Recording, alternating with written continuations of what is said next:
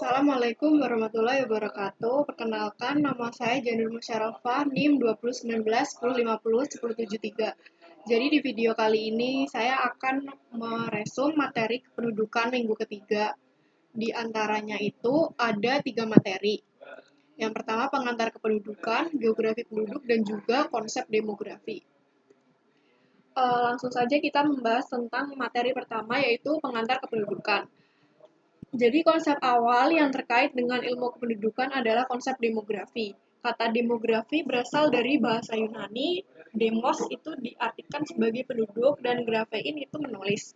Dengan menggabungkan kedua makna dari kata-kata tersebut, maka dapat diartikan kata demografi itu tulisan-tulisan atau karangan tentang penduduk suatu negara atau suatu daerah. Beberapa ilmuwan atau ahli memberikan definisi tentang demografi agar dapat dibedakan dengan ilmu-ilmu sosial lainnya seperti ilmu sosiologi dan antropologi sosial. Nah, berikut adalah definisi dari demografi dari beberapa ahli, dari beberapa waktu juga. Ada definisi dari Guillard yang mendefinisikan demografi itu ilmu yang mempelajari segala sesuatu dari keadaan dan sikap manusia yang dapat diukur. Dan juga ada dari Barclay, Susmill, Glass, dan lain-lain. Tapi secara keseluruhan, ilmu demografi itu merupakan suatu alat untuk mempelajari perubahan-perubahan kependudukan dengan memanfaatkan data dan statistik kependudukan, serta perhitungan secara matematis dan statistik dari data penduduk, terutama mengenai perubahan jumlah, persebaran, dan komposisi atau strukturnya. Perubahan-perubahan tersebut dipengaruhi oleh perubahan pada komponen utama pertumbuhan penduduk, yaitu fertilitas, mortalitas, dan migrasi yang pada gilirannya menyebabkan perubahan pada jumlah, struktur, dan persebaran penduduk.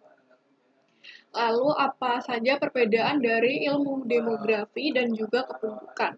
Kalau demografi atau pure demografi atau demografi murni atau dapat disebut juga demografi formal itu lebih menekankan studinya pada proses demografi.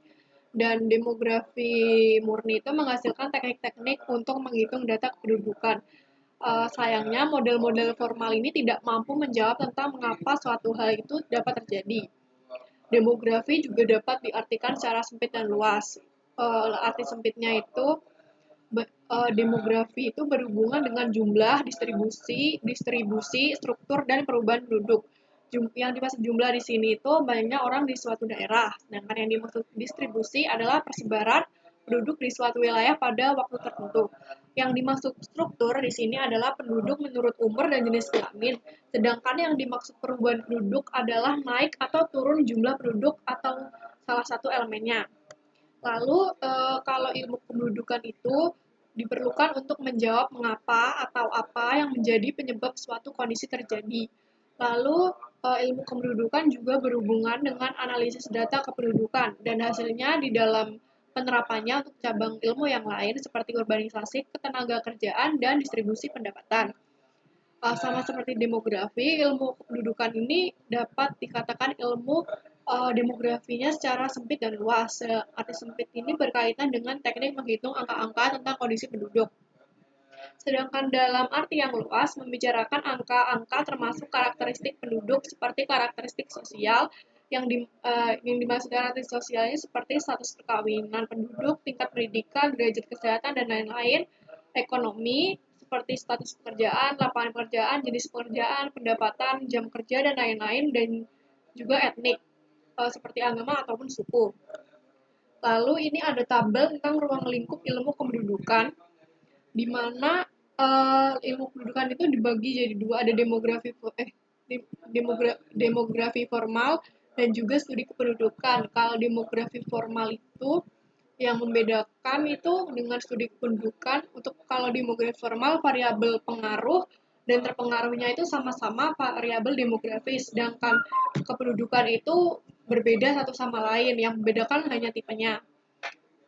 Bisa dilihat kalau demografi formal di sini untuk variabel pengaruhnya itu ada komposisi umur, tingkat kelahiran, komposisi umur migran masuk, dan juga mortalitas. Sedangkan variabel terpengaruh demografi formal ini ada tingkat kelahiran, komposisi umur, tingkat kelahiran seluruh penduduk, dan komposisi umur penduduk. Sedangkan studi kependudukan itu ada dua tipe.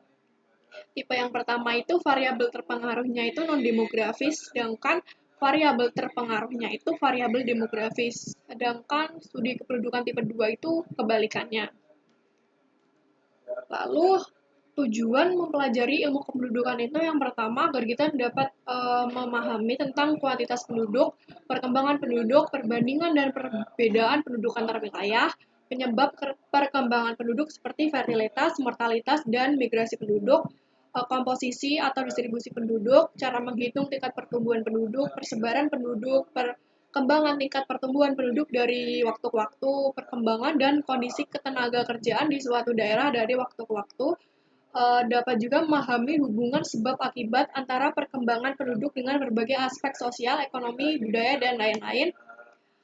Memahami juga keterkaitan antar variabel demografi, dan yang terakhir agar kita dapat memahami pertumbuhan penduduk pada masa yang akan datang dan berbagai kemungkinan konsekuensinya.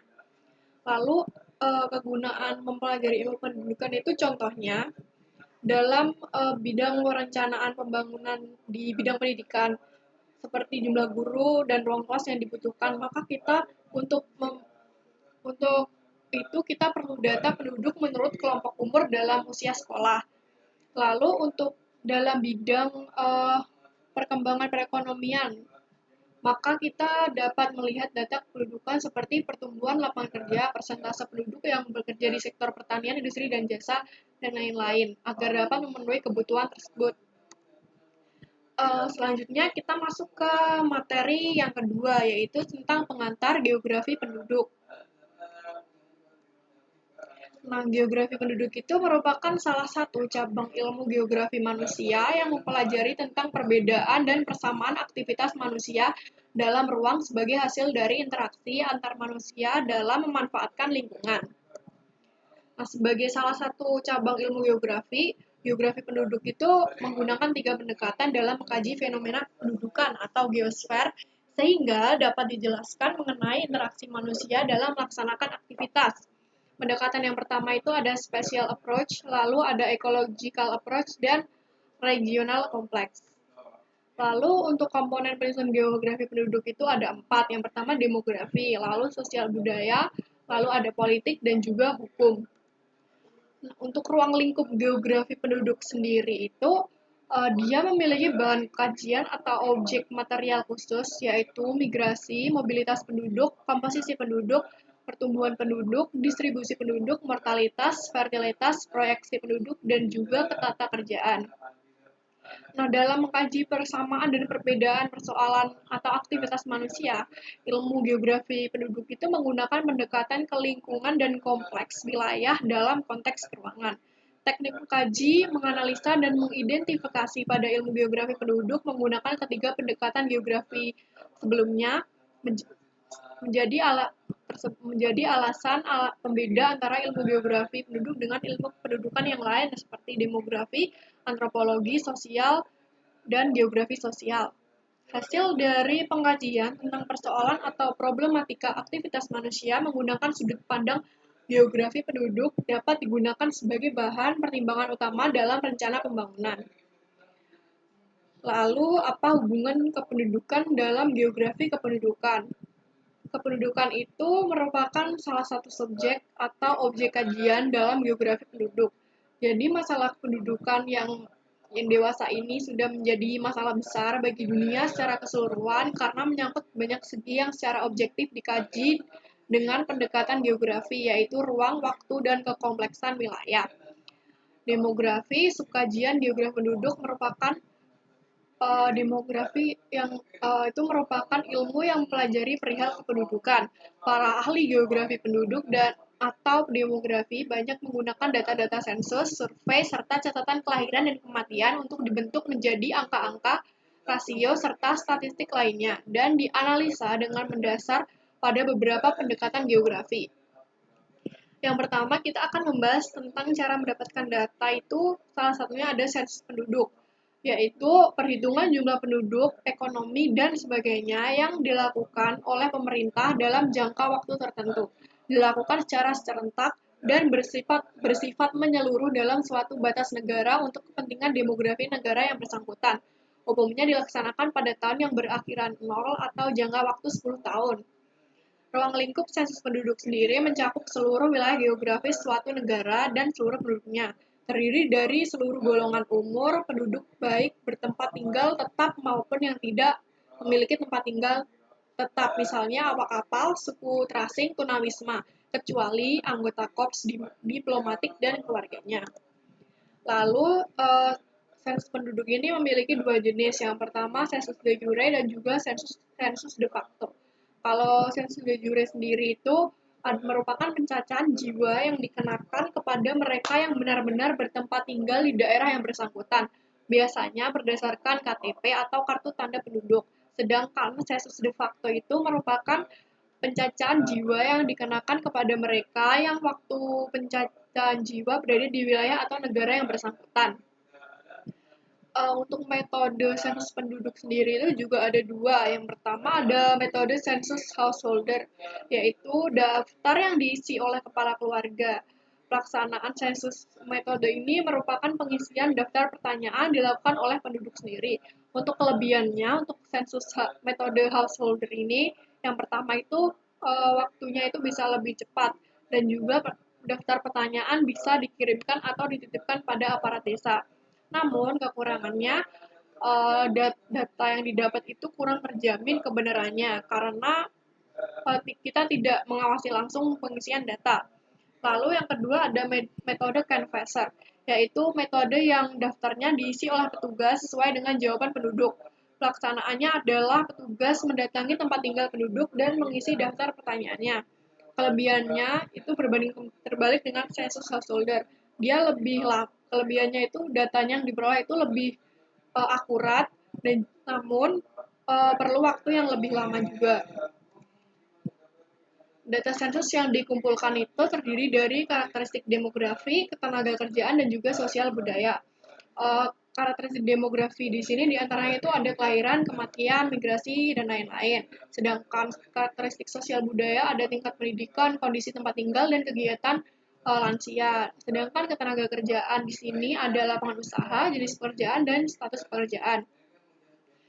Lalu, fungsi dari sensus penduduk itu agar kita dapat mengetahui jumlah penduduk seluruhnya, lalu mengetahui pertumbuhan penduduk, persebaran dan kepadatan penduduk, komposisi penduduk, dan mengetahui besarnya urbanisasi. Dan juga sensus penduduk ini dapat digunakan untuk merencanakan pembangunan bangsa dan negara. Pengumpulan data yang kedua ada survei penduduk, yaitu pengumpulan data yang dilaksanakan melalui pencacahan sampel dari suatu populasi untuk memperkirakan karakteristik objek pada saat tertentu. Dilakukan secara sampling terhadap kelompok penduduk yang dianggap wakil dari seluruh populasi. Untuk memperoleh keterangan yang bersifat khusus dan lebih terperinci, tingkat representatif data survei relatif rendah dibandingkan data sensus. Namun, keterangan yang diperoleh lebih terperinci. Lalu, pengolahan data yang ketiga ada registrasi penduduk, yaitu pencatatan terus-menerus mengenai peristiwa-peristiwa kehidupan atau registrasi vital setiap individu dalam populasi, seperti kelahiran, kematian, migrasi, pernikahan, perceraian, dan juga adopsi. Lalu alat-alat yang digunakan dalam geografi penduduk, diantaranya ada bilangan, angka, rasio, proporsi, konstanta, ukuran kohor, dan juga ukuran periode. Terakhir, materi yang ketiga tentang konsep demografi. Menurut Multilingual Demographic Dictionary atau IUSSP pada tahun 1982, dia menyebutkan bahwa demografi itu adalah studi saintifik, studi ilmiah tentang populasi manusia, yang pada dasarnya itu dia membahas tentang ukuran, struktur atau komposisi, dan juga perubahan dari penduduk itu.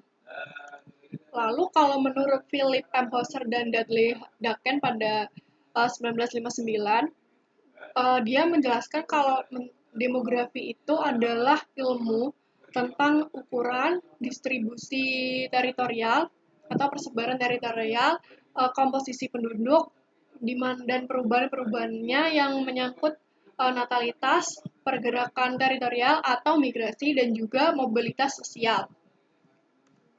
Lalu ada juga dari Mantra tahun 3 yang menjelaskan kalau demografi itu mempelajari struktur dan proses penduduk di suatu wilayah. Struktur penduduk meliputi jumlah, persebaran, dan komposisi penduduk. Struktur penduduk ini selalu berubah-ubah dan perubahan tersebut disebabkan karena proses demografi, yaitu kelahiran atau fertilitas, kematian atau mortalitas, dan migrasi penduduk. Untuk ruang lingkup demografi sendiri itu, penggunaan demografi di kehidupan itu sangat luas dan dapat digunakan dengan ilmu-ilmu lainnya seperti ekonomi, sosiologi, geografi, psikologi, politik, kesehatan, dan hukum. Sehingga ilmu demografi implementasinya itu disebut dengan ilmu yang interdisiplin. Lalu manfaat demografi itu yang pertama, kita dapat mempelajari jumlah, komposisi, dan distribusi penduduk serta perubahan-perubahannya di suatu daerah tertentu. Lalu, kita dapat menjelaskan pertumbuhan penduduk di masa lampau dan mengestimasi pertumbuhan penduduk di masa yang akan datang. Lalu, kita dapat mengembangkan hubungan sebab akibat antara perkembangan penduduk dengan berbagai aspek pembangunan sosial, ekonomi, budaya, politik, lingkungan, dan keamanan. Dan yang terakhir, kita dapat mempelajari dan mengantisipasi kemungkinan-kemungkinan konsekuensi pertumbuhan penduduk di masa yang akan datang. Untuk teori kependudukan di sini ada 3 kelompok. Kelompok yang pertama itu penganut aliran Malthusian dan aliran No-Malthusian, yang dia nanti akan membahas ada aliran Malthusian dan juga aliran Neo-Malthusian itu, dan kelompok kedua itu ada penganut aliran Marxis. Dan kelompok yang ketiga itu ada pakar-pakar teori kependudukan mutakhir yang nanti akan dibagi menjadi 2, yaitu teori fisiologi dan sosial ekonomi dan juga teori teknologi. Pertama kita akan membahas tentang kelompok pertama, yaitu aliran Malthusian dan Neo-Malthusian. Untuk sekarang ini saya akan menjelaskan tentang aliran Malthusian. Jadi aliran ini tuh dipelopori oleh Thomas Robert Malthus. Dia seorang pendeta di Inggris pada 1766 sampai 1834. Dia itu menyatakan bahwa penduduk itu seperti juga tumbuh-tumbuhan dan binatang, apabila tidak ada pembatasan akan mudah berkembang biak dan memenuhi beberapa bagian dari permukaan bumi ini dengan cepat. Pertumbuhan penduduk yang tinggi ini disebabkan karena hubungan kelamin antara laki-laki dan perempuan tidak dapat dihentikan, sedangkan laju pertumbuhan bahan makanan yang diperlukan manusia untuk tetap hidup berkembang jauh lebih padat dibandingkan dengan laju pertumbuhan penduduk. Manusia juga akan mengalami kekurangan bahan makanan apabila tidak ada pembatasan terhadap pertumbuhan penduduk. Nah, menurut Malthus ini, pembatasan tersebut dapat dilakukan melalui 2 cara, yaitu preventive checks dan juga positive checks. Untuk preventive checks sendiri itu merupakan pengurangan penduduk melalui penekanan kelahiran. Preventive checks dapat dibagi menjadi 2, yaitu moral restraint dan juga vice. Untuk moral restraint sendiri atau pengekaang diri merupakan segala usaha untuk mengekang nafsu seksual. Sedangkan vice itu adalah usaha untuk mengurangi kelahiran, seperti perguguran kandungan, homoseksual, promiscuity, adultery, dan penggunaan alat-alat kontrasepsi. Lalu yang kedua itu ada positive check, yaitu pengurangan penduduk melalui proses kematian. Positive checks ini juga dibagi menjadi 2, yaitu vice dan misery. Vice itu merupakan segala bentuk jenis pencabutan nyawa sesama manusia seperti pembunuhan anak, pembunuhan orang cacat, dan juga orang tua. Sedangkan misery atau kemelaratan itu merupakan segala keadaan yang menyebabkan kematian seperti berbagai jenis penyakit dan epidemi. Nah, tapi teori Malthus ini mendapatkan beberapa kritik dari ahli-ahli. Karena menurut ahli itu, Malthus itu tidak memperhitungkan kemajuan-kemajuan transportasi yang memudahkan pengiriman bahan makanan ke daerah-daerah yang kekurangan pangan. Nah, si Malthus ini juga tidak memperhitungkan kemajuan teknologi, terutama dalam bidang pertanian yang dapat meningkatkan produksi lebih cepat dan mudah dengan menggunakan teknologi baru. Dia juga tidak memperhitungkan usaha pembatasan kelahiran bagi pasangan yang sudah menikah. Di samping itu, pada tahun 1982, Francis Place menganjurkan untuk melakukan usaha pembatasan kelahiran. Dan yang terakhir, Malthus ini dianggap tidak memperhitungkan bahwa fertilitas akan menurun apabila terjadi perbaikan ekonomi dan standar hidup penduduk dinaikkan. Selanjutnya dari kelompok yang pertama ada aliran neo-Malthusian yang merupakan kelompok yang menyokong aliran Malthus sebelumnya tetapi lebih radikal. Jadi aliran ini menganjurkan penggunaan cara preventive check seperti penggunaan alat kontrasepsi untuk mengurangi jumlah penduduk. Paul Ehrlich menggambarkan penduduk dan lingkungan yang ada di dunia dalam sebuah buku The Population Bomb, yang kemudian merevisinya menjadi The Population Explosion. Isi dari buku tersebut diantaranya itu dunia itu sudah terlalu banyak manusia, lalu keadaan bahan makanan sangat terbatas, dan lingkungan mengalami kerusakan karena populasi manusia meningkat. Analisis ini juga dilengkapi oleh Meadow dalam sebuah buku dengan judul The Limit to Growth. Buku ini memuat hubungan antara variabel lingkungan, yaitu penduduk, produksi pertanian, produksi industri, dan penduduk bertambah dengan cepat. Malapetaka seperti kelaparan, polusi, dan habisnya sumber daya alam akan terjadi dan tidak dapat dihindari, namun dapat ditunda, yaitu dengan membatasi pertumbuhan manusia dan mengelola lingkungan alam dengan baik. Para ahli biologi dan ahli lingkungan mendukung analisis ini karena dinilai memiliki kesamaan dengan dunia binatang dan kampung alam. Sedangkan para ahli ilmu sosial memberikan kritikan karena tidak memasukkan unsur sosial dan budaya.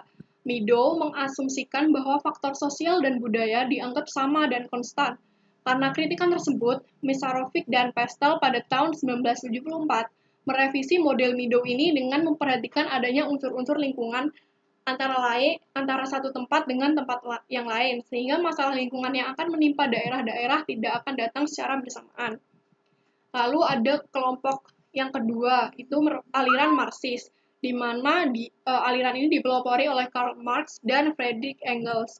Aliran ini tidak sependapat dengan teori Malthus, bahwa manusia akan mengalami kekurangan bahan pangan jika tidak dilakukan pembatasan terhadap pertumbuhan penduduk. Menurut Marx, tekanan dalam suatu negara bukanlah bahan pangan, tapi tekanan kesempatan kerja. Marx menentang usaha-usaha moral restraint yang disarankan oleh Malthus, dan ia juga berpendapat bahwa semakin banyak jumlah manusia, maka semakin tinggi produksi yang dihasilkan, sehingga tidak perlu diadakan pembatasan pertumbuhan penduduk. Aliran Malthus banyak didukung oleh kaum kapitalis seperti Amerika Serikat, Inggris, Prancis, Australia, Kanada, dan juga Amerika Latin. Sedangkan aliran Marxis ini didukung oleh kaum-kaum sosialis seperti Uni Soviet dan negara-negara Eropa Timur, RRC, Korea Utara, dan juga Vietnam. Marx sendiri menyatakan bahwa hukum kependudukan di negara sosialis merupakan antitesa hukum kependudukan di negara kapitalis. Artinya, apabila di negara kapitalis tingkat kelahiran dan kematian rendah, maka di negara sosialis mengalami kebalikannya, yaitu tingkat kelahiran dan kematiannya tinggi. Pendapat ini mendapat kritikan karena pada kenyataannya tidaklah demikian. Tingkat pertumbuhan penduduk di negara Uni Soviet sendiri itu hampir sama dengan negara-negara maju yang sebagian besar merupakan negara kapitalis. Lalu di kelompok yang ketiga itu ada teori kependudukan mutakhir. Jadi pada akhir abad ke-19 dan permulaan abad ke-20, teori Malthus dan Marx mengalami formulasi kembali atau reformulation yang merupakan rintisan teori kependudukan mutakhir.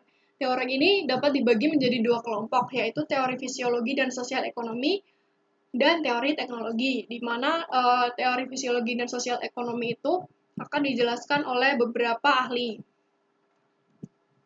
Yang pertama, kita akan membahas tentang teori fisiologi dan sosial ekonomi milik John Stuart Mill. Dia itu merupakan ahli filsafat dan ahli ekonomi berkebangsaan Inggris yang menerima pendapat Malthus itu mengenai laju pertumbuhan penduduk melampaui laju pertumbuhan makanan sebagai suatu aksioma. Namun, ia juga berpendapat bahwa pada situasi tertentu manusia dapat mempengaruhi perilaku demografinya. Mill menyatakan tidaklah benar bahwa kemiskinan tidak dapat dihindarkan, menurut teori Malthus, atau kemiskinan disebabkan oleh sistem kapitalis menurut teori Marx. Menurut Mill, jika pada suatu waktu di suatu wilayah terjadi kekurangan bahan makanan, maka keadaan ini hanyalah bersifat sementara dan dapat dipecahkan dengan dua kemungkinan. Yang pertama itu mengimpor bahan makanan atau memindahkan sebagian penduduk wilayah tersebut ke wilayah lain. Tinggi rendahnya tingkat kelahiran ditentukan oleh manusia itu sendiri, maka Mill menyarankan untuk meningkatkan golongan yang tidak mampu. Lalu untuk teori fisiologi dan sosiologi ekonomi yang kedua itu dari Arsène Daman, yang merupakan ahli demografi bangsa Perancis yang hidup pada akhir ke-19. Melalui artikelnya yang berjudul Depopulation at Civilization, menyatakan teori penduduk baru yang disebut dengan teori kapilaritas sosial. Kapilaritas sosial ini mengacu pada keinginan seseorang untuk mencapai kedudukan yang tinggi di masyarakat. Konsep ini dibuat berdasarkan atas analogi bahwa cairan akan naik pada sebuah pipa kapiler. Teori fisiologi dan sosial ekonomi yang ketiga itu milik Emile Durkheim, yang merupakan seorang ahli sosiologis Perancis yang hidup pada akhir abad ke-19. Berbeda dengan Daman yang menekankan perhatiannya pada faktor yang memengaruhi pertumbuhan penduduk, Durkheim ini lebih menekankan perhatian pada akibat dari pertumbuhan penduduk yang tinggi. Ia berpendapat bahwa pada suatu wilayah dengan kepadatan penduduk yang tinggi, sebagai akibat dari tingginya laju pertumbuhan penduduk akan timbul persaingan di antara penduduk untuk dapat mempertahankan hidup. Dalam usaha memenangkan persaingan tersebut, setiap orang akan berusaha untuk meningkatkan pendidikan dan keterampilan, dan mengambil spesialisasi tertentu. Keadaan seperti ini terlihat jelas pada masyarakat perkotaan dengan kehidupan yang kompleks. Lalu yang keempat ada teori dari Michael Thomas Sadler dan juga Doubleday. Mereka ini seorang ahli fisiologis, di mana Sadler ini berpendapat bahwa daya reproduksi manusia dibatasi oleh jumlah penduduk yang ada di suatu negara atau wilayah. Jika kepadatan penduduk tinggi, maka daya reproduksi akan menurun, begitu juga sebaliknya. Namun, Thomson pada tahun 1953 itu meragukan kebenaran teori ini setelah melihat keadaan di Jawa, India, dan Cina, di mana penduduknya sangat padat, tetapi pertumbuhan penduduknya juga tinggi. Dalam hal ini, Malthus lebih konkret argumentasinya daripada punya Sadler. Malthus mengatakan bahwa penduduk di suatu daerah dapat mempunyai tingkat fertilitas yang tinggi, tetapi dalam pertumbuhan alaminya rendah karena tingginya tingkat kematian. Namun demikian, penduduk tidak dapat mempunyai fertilitas tinggi apabila tidak mempunyai kesuburan yang tinggi, tetapi penduduk dengan tingkat kesuburan tinggi dapat juga tingkat fertilitasnya rendah. Sedangkan teori milik Doubleday itu hampir sama dengan milik Sadler. Namun dia berbeda pendapat bahwa daya reproduksi penduduk berbanding terbalik dengan bahan makanan yang tersedia. Jika suatu jenis makhluk diancam bahaya, mereka akan mempertahankan diri dengan segala daya yang mereka miliki. Mereka akan mengimbanginya dengan daya reproduksi yang lebih besar. Menurut Doubleday, kekurangan bahan makanan akan merupakan perangsang bagi daya reproduksi manusia, sedangkan kelebihan pangan justru merupakan faktor pengekang perkembangan penduduk. Dalam golongan masyarakat yang berpendapatan rendah seringkali terdiri dari penduduk dengan keluarga besar. Sebaliknya, orang yang mempunyai kedudukan yang lebih baik biasanya jumlah keluarganya kecil. Rupa-rupanya, teori fisiologis ini banyak diilhami dari teori aksi dan reaksi dalam meninjau perkembangan penduduk suatu negara atau wilayah. Teori ini dapat menjelaskan bahwa semakin tinggi tingkat mortalitas penduduk, semakin tinggi pula tingkat produksi manusia. Lalu, teori kedua dari kelompok ketiga yaitu teori pendudukan mutakhir ada namanya teori teknologi, di mana pandangan yang suram dan pesimis dari Malthus beserta penganut-penganutnya ditentang keras oleh kelompok teknologi. Mereka beranggapan manusia dengan ilmu pengetahuannya mampu melipat gandakan produksi pertanian. Mereka mampu mengubah kembali atau merecycling barang-barang yang sudah habis dipakai sampai akhirnya dunia ketiga mengakhiri masa transisi demografinya. Ahli futurologi Herman Kahn pada 1976 mengatakan bahwa negara-negara kaya akan membantu negara miskin, dan akhirnya kekayaan itu akan jatuh kepada orang-orang miskin. Namun dalam beberapa dekade tidak akan terjadi lagi perbedaan yang mencolok antara umat manusia di dunia ini. Dengan tekad teknologi yang ada sekarang ini, mereka memperkirakan bahwa dunia ini mampu menampung 15 miliar orang dengan pendapatan melebihi Amerika Serikat dewasa ini. Dunia tidak akan kehabisan sumber daya alam karena seluruh bumi ini terdiri dari mineral-mineral. Proses pengertian dan recycling akan terus terjadi dan era ini disebut dengan era substitusi. Mereka mengkritik bahwa the limit to growth bukan memecahkan masalah, tapi memperbesar permasalahan tersebut. Kelompok Malthus dan kelompok teknologi mendapat kritik dari kelompok ekonomi karena kedua-duanya tidak memperhatikan masalah-masalah organisasi sosial, di mana distribusi pendapatan tidak merata. Orang-orang miskin yang kelaparan karena tidak meratanya distribusi pendapatan di negara tersebut. Kejadian seperti ini terjadi di Brasilia, di mana pendapatan nasional atau GNP tidak dinikmati oleh rakyat banyak. Nah, itu tadi penjelasan dari resume dari 3 materi ilmu pendudukan dan juga demografi, di mana dari ketiga materi tersebut memiliki perbedaan-perbedaan tentunya. Perbedaannya sendiri, kalau untuk materi yang pertama itu lebih membahas tentang ilmu pendudukan secara umum dan tidak terlalu mendalam, hanya definisi-definisi, manfaat, ruang lingkup, tujuan, dan lain-lain. Sedangkan materi yang kedua, geografi penduduk, itu membahasnya itu secara rinci, mulai ada komponen, pendekatan, cara memperoleh data, hingga dijelaskan tentang cara memperoleh seperti sensus penduduk, survei penduduk, registrasi itu dijelaskan secara rinci dan juga alat-alat yang digunakan dalam geografi pendudukan. Lalu sedangkan materi yang ketiga itu lebih membahas teori-teori kependudukan dan juga perkembangannya. Sedangkan persamaan yang saya temukan dari ketiga materi itu, kalau di tiap materi itu ada penjelasan atau definisi dari materi yang dibahas, dan definisi yang diberikan itu terdiri dari definisi dari beberapa ahli. Namun kesimpulannya itu sama. Lalu yang kedua itu bahasan yang dibahas dari ketiga materi itu menurut saya saling berkaitan karena masih dalam satu lingkup.